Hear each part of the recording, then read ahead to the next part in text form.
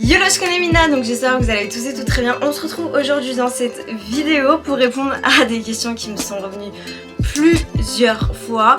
Ce qui est donc la recherche d'appartements au Japon, que ce soit depuis la France ou alors depuis le Japon, et également comment j'ai appris le japonais.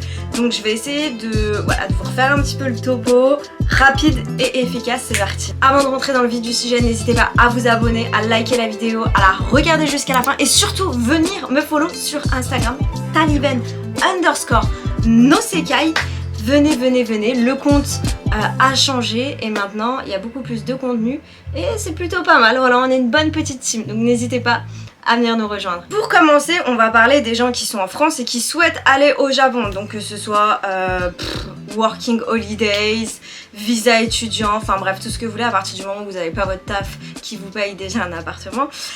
Voilà, tu vois les bails. Donc en vrai, la première solution, et je trouve perso que c'est la mieux, c'est, et ça va choquer je pense des personnes, le Airbnb. Airbnb, c'est juste pète sa mère parce qu'en fait, vous avez tout. Vous avez les charges comprises, vous n'avez pas besoin de commencer à faire des charges, etc. Vous pouvez négocier justement avec le propriétaire pour rester peut-être 1 mois, 2 mois, 3 mois. Vous voyez, par contre voilà, prenez pas un Airbnb où vous pouvez rester que 2 semaines. Essayez de prendre un Airbnb, de vous arranger avec le propriétaire pour pouvoir rester plusieurs mois. Vous pouvez partir sans préavis, sans truc. Enfin franchement, je trouve que le Airbnb, quand tu sais pas trop encore ce que tu vas faire au Japon, que voilà, t'es pas au courant des trucs, tu veux un truc quand même propre, de qualité, sans prendre la tête, Airbnb direct. Franchement, je vous recommande. Moi, je connais des gens qui ont fait ça. Et franchement, après, ça vous laisse le temps aussi de réfléchir, de vous poser, de voir aussi si le quartier que vous aimez, dans quel quartier vous voulez être, etc. Ensuite, vous avez donc tout ce qui est Fontana. Moi, j'étais passée donc par Fontana. En fait, tout est une question de balance.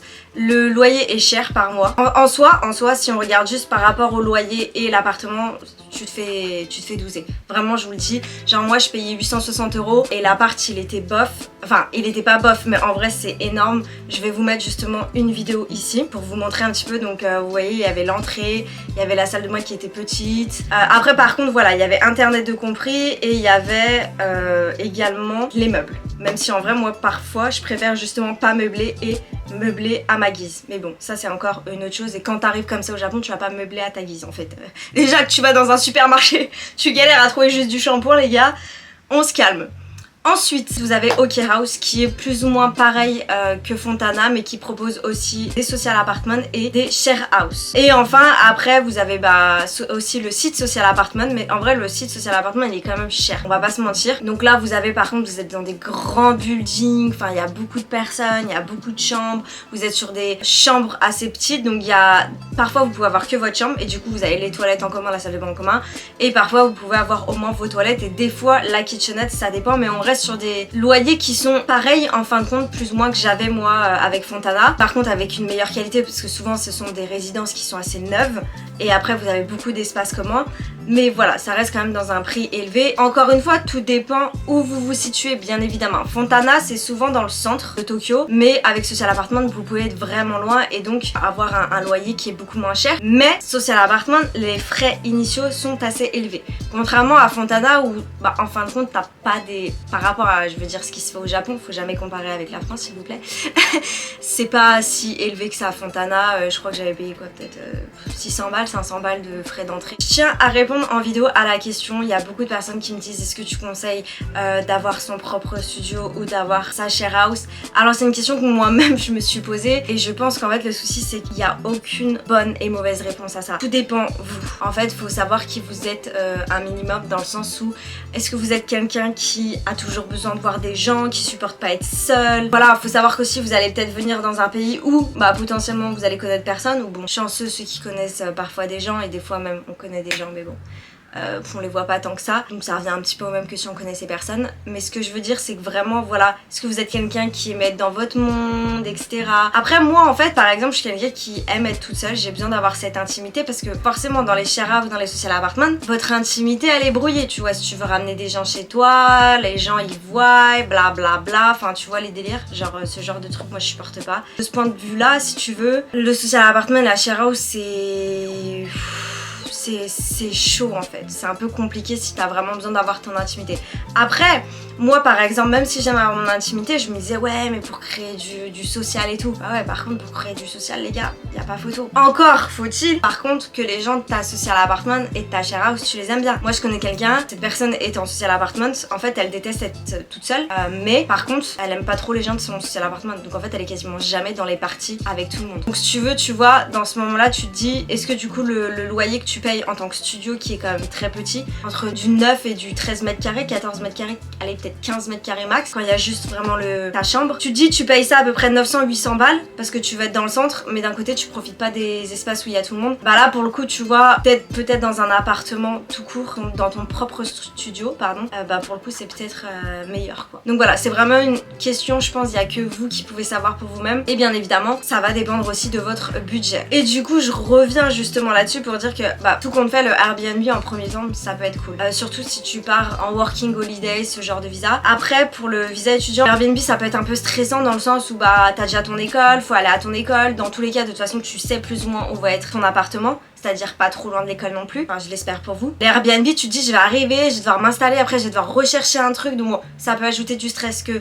si on commence par un Fontana, un hockey house, une share house ou un social apartment booké depuis la France, ça peut être beaucoup plus confortable pour vous. Comme nous pouvons le savoir, j'ai déménagé en tout 3 fois, je suis arrivée avec Fontana, ensuite je suis passée par une agence japonaise Minimi et là je suis repassée par une agence full 100% japonaise. Du coup, ce qui s'est passé, c'est quand j'ai quitté Fontana. Pourquoi j'ai quitté Fontana? Je vous la refais course. Il fallait que je paye moins cher mon loyer parce que je ne savais pas quand est-ce que j'allais trouver du travail et mes réserves commençaient à s'épuiser. En fin de compte, à la fin de cette histoire, j'ai perdu de l'argent, bien évidemment. Mais bon, dans la vie, on sait pas. Donc à un moment donné, c'est soit tu prends un choix, tente de brûler, à la fin de perdre de l'argent, mais au moins t'es sûr. Soit alors tu joues le tout pour le tout et par contre, si t'as plus de thunes et que t'es dans la mer et que tu dois retourner en France, c'est ton problème, tu vois. Donc voilà, j'avais pas vraiment le choix. J'ai déménagé, je suis passée par Minimi qui est une agence japonaise qui est vraiment chill. En vrai je me rends compte que c'est vraiment un peu à l'arrache quoi. Je me rends compte là maintenant après avoir signé un vrai contrat où j'ai genre un classeur les gars du truc où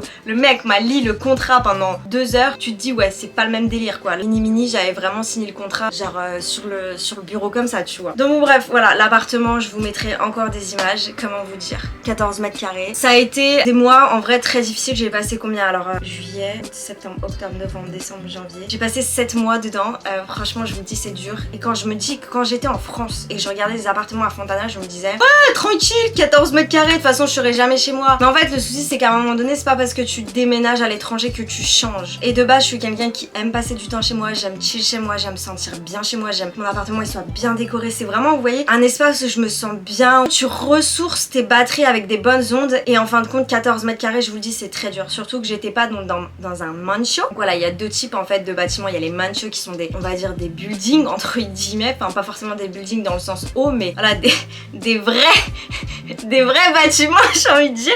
Et t'as la pato c'est la maison en bois les gars. Le pire c'est quand le mec m'a dit la maison en bois, je me suis dit mais attends, dans les 3 petits cochons l'histoire, y a pas un bail avec une maison qui est en bois et qui se barre et tout avec un coup de vent. Donc en fait c'était une petite maison comme ça avec 2 rooms ici et 2 appartements en haut, donc j'étais au 2e. Alors comment vous dire, quand il y avait trop de vent la maison bougeait, quand il y avait un tremblement de terre c'était hardcore. J'entendais donc mon voisin parler, je me demandais même à un moment donné si quand je tirais la chasse ou je me lavais, j'espère qu'il entendait pas. Bref, c'était vraiment compliqué parce qu'en fait tu te sens pas chez toi, tu peux pas marcher correctement. Et c'est à ce moment-là que je me suis dit eh ben, heureusement que j'ai jamais pris de share house. Je me suis rendu compte que j'avais vraiment besoin de mon intimité, tu vois, de mettre la musique fort, de manger, d'être dans mon monde, tu vois, d'être dans mon espace, ma petite bulle à moi, tu vois. Honnêtement, à Pato, je recommande pas du tout les gars. Après, comme je le dis encore une fois, ça dépend de vous, mais vraiment limite prenez une share house ou un social apartment ou un Fontana. Moi en vrai pourquoi j'étais pas repartie avec Fontana, je vous explique. Parce que tous les Fontana pour baisser dans les prix et arriver aux alentours de 700, un truc comme ça, ou 650 €, bah j'étais loin, ça me saoulait. En fait je payais grave cher de transport, donc voilà. En ce qui concerne mon premier redéménagement, c'était surtout pour save de la monnaie et donc j'étais passée par Minimi. En ce qui concerne mon appartement là, donc je suis passée par des applications comme Sumo. Alors faut faire attention, moi mon cas est un peu particulier. Je suis passée par des applications pour Sumo pour checker les vrais apparts, tu vois, pas de sa mère. Parce qu'en fait à un moment donné si tu veux un vrai bail t'es obligé de passer par un truc japonais. Enfin moi perso ouais. J'ai jamais vu de truc vraiment ouf alors que je passais par une entreprise étrangère. En fait ma collègue elle avait trouvé un appart, du coup elle m'avait donné le contact de la personne. En fait j'ai payé une agence qui m'a aidé, enfin qui m'aidait pas en fait. Moi je lui envoyais les appartements que je voyais sur l'application et lui il me disait du coup s'il y avait des frais initiaux en plus en tant qu'étranger, si les étrangers étaient acceptés. En fait il me donnait toutes les informations par rapport à cet appartement et également il me faisait visiter l'appartement. Ensuite j'ai trouvé mon appartement, là j'ai dû forcément rencontrer donc l'entreprise qui détient les appartements, donc l'agence vraiment. Et il y a également une autre partie que je paye qui est l'entreprise qui m'aide pour tout ce qui est traduction. Cette entreprise je dois la payer 1000 € tous les ans parce que c'est un contrat renouvelable. Si j'ai la moindre modification du contrat, le moindre changement, le moindre problème, en fait je vais directement contacter l'entreprise qui fait la traduction parce que d'une je les paye 1000 balles. Donc qu'est-ce que je vais essayer de me casser le cul les gars, à parler japonais alors que je paye 1000 balles une entreprise. Donc je peux te dire que je les appelle eux et c'est eux qui font l'intermédiaire justement. Il y a des gens qui pourraient me poser la question du coup est-ce que mon niveau de japonais on s'en fout ou pas. Bah j'ai envie de te dire moi vu que j'ai payé une entreprise qui traduisait, que je parlais un minimum japonais ou pas, on s'en fout en fait. Et puis je veux dire quand tu signes un contrat comme ça, vu toutes les pages, je peux te dire qu'un N3 ça suffit pas. Ou alors faut que t'aies un très bon N3, enfin faut vraiment que tu maîtrises la langue, là on parle d'un contrat. Donc franchement je préfère payer 1000 balles une personne tous les ans pour comprendre exactement ce que je suis en train de signer etc. Plutôt que dire wakarimasu. Et la vie à la fin elle se retrouve un peu parce que c'est ce qui m'est arrivé pour l'autre appartement avec Minimi. Voilà, hein, je n'ai jamais revu mon déposit et j'ai dû payer des frais comme ça de loyer que j'ai pas compris. Mais bon, de toute façon tu veux faire quoi? T'es pas là, tu peux pas négocier donc tu tais, tu payes et t'espères juste ne plus jamais recevoir de lettre 2. En ce qui concerne le comment j'ai trouvé un appartement au Japon, je pense que j'ai globalement tout dit. Pour les share house, j'ai pas vraiment de site en particulier mais je crois qu'il y a Share House Tokyo, enfin bref franchement tu tapes Share House Tokyo, tu tombes sur 20 000 sites.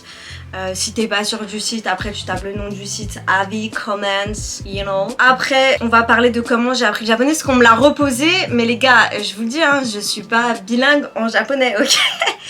Et j'ai même beaucoup perdu. Je crois que franchement si je suis pas retombée à un niveau N4, je ne sais pas. Mais j'arrive à vivre. Je ne sais pas comment je fais mais j'arrive à me démerder. Concernant l'apprentissage du japonais, ce que j'ai fait c'est qu'un an à peu près et demi avant de partir au Japon, mais je savais pas encore que j'allais partir au Japon, c'était vraiment juste au stade de rêve là. C'était juste de me rapprocher justement de ce rêve.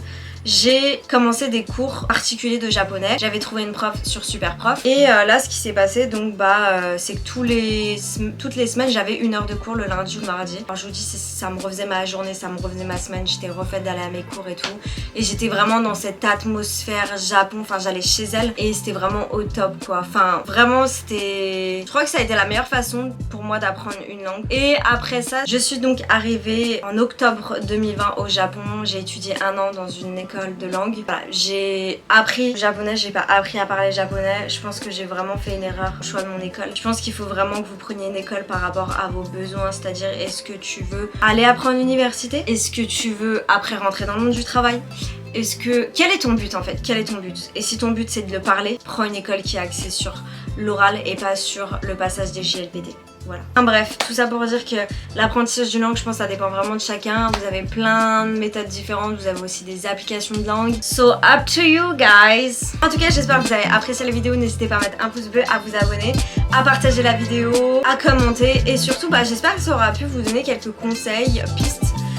Voilà, et vous aider à trouver le cours de japonais ou l'appartement de vos rêves. Sur ce, Janet, Kyotskete!